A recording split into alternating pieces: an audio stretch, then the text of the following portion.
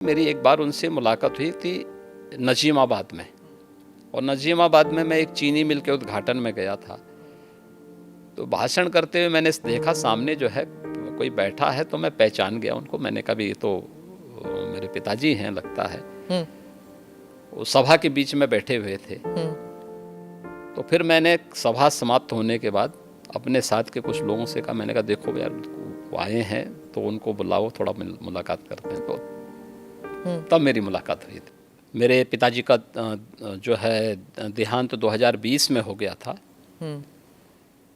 मैं उससे पहले उनसे या उस अपने परिवार के लोगों से कई वर्षों से नहीं मिल पाया था। संजोग से कोरोना कालखंड प्रारंभ हो चुका था, लॉकडाउन प्रारंभ हो चुका था, तो उनके अंतिम संस्कार कार्यक्रम में मैं भाग नहीं ले पाया था। आपके पिताजी के? हाँ। तो मुझे जब गत वर्ष अवसर मिला था तो मैं अपनी माँ से मिलने के लिए ज़रूर गया था। तो स्वाभाविक रूप से एक माँ और पुत्र के बीच में जो संवाद होने चाहिए वही संवाद वहाँ पे हुआ।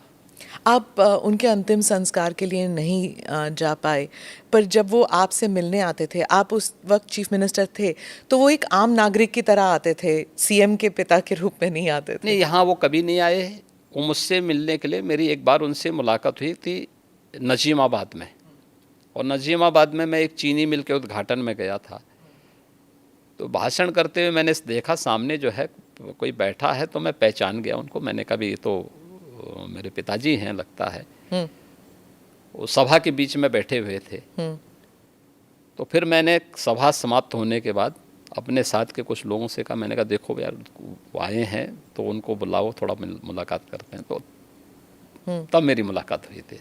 जी। आपकी छोटी बहन जो है, उन्होंने एक इंटरव्यू में कहा था कि 30 साल उन्होंने आपको राखी नहीं बांधी। 2022 में एक इंटरव्यू में उन्होंने कहा कि कई वर्ष पहले जब उन्हें पता लगा कि आप घर छोड़ के आप योगी बनने के लिए निकले हैं, तो उन्होंने कहा कि वो भिक्षा मांगने वाले संतों में आपको ढूंढ रही थी और मिले नहीं आप उन्हें। बहुत मुश्किल हुआ होगा ना उन्हें? देखिए, ये सबके जीवन में आता है, लेकिन मुझे लगता है कि इन चीज़ों को हमें जो है केवल अपने स्वयं के स्मरण के लिए रखना चाहिए। और स्वाभाविक रूप से सबके जीवन में आता है। कई वर्षों के बाद जो है इस चीज़ें चलती रहती हैं। मुझे लगता है यही जीवन है।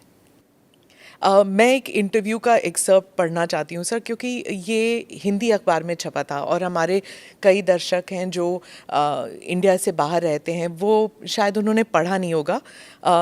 ये पढ़ के मुझे बहुत कठिन लगा जब मैंने पढ़ा, तो कि कैसे महसूस कर रही होंगी वो। मैं पढ़ के सुनाती हूँ।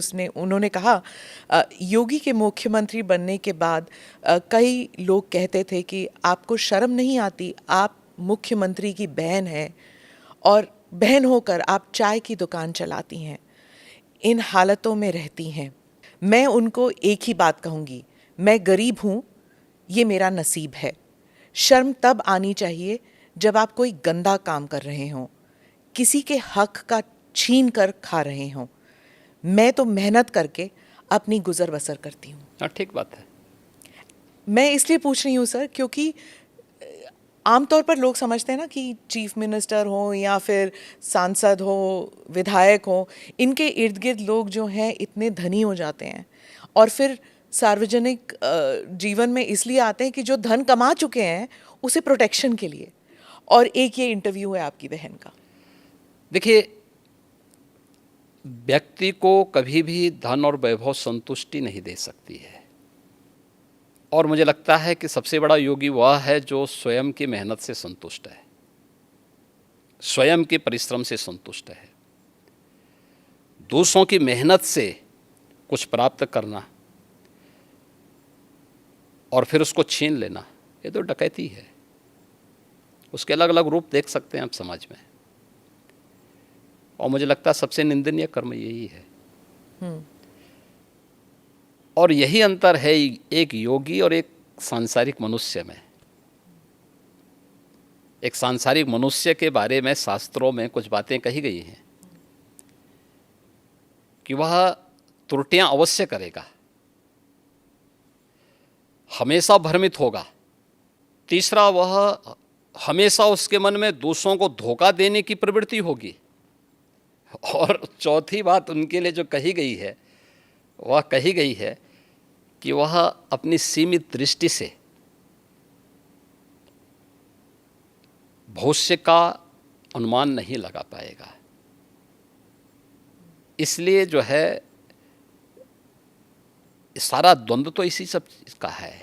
पर आपकी तो, जैसे आपकी तो ट्रेनिंग हुई होगी ना, गुरुजी ने आपको तो सिखाया होगा। मैं क्या कह रहा हूँ ना, लेकिन हम लोग उनका तो कुछ नहीं ना आपके परिवार का। इसीलिए मैं क्या क्या कह रहा हूँ ना, हर व्यक्ति अपने आप में एक योगी बन सकता है, एक योगी बनने की सामर्थ्य ले सकता है।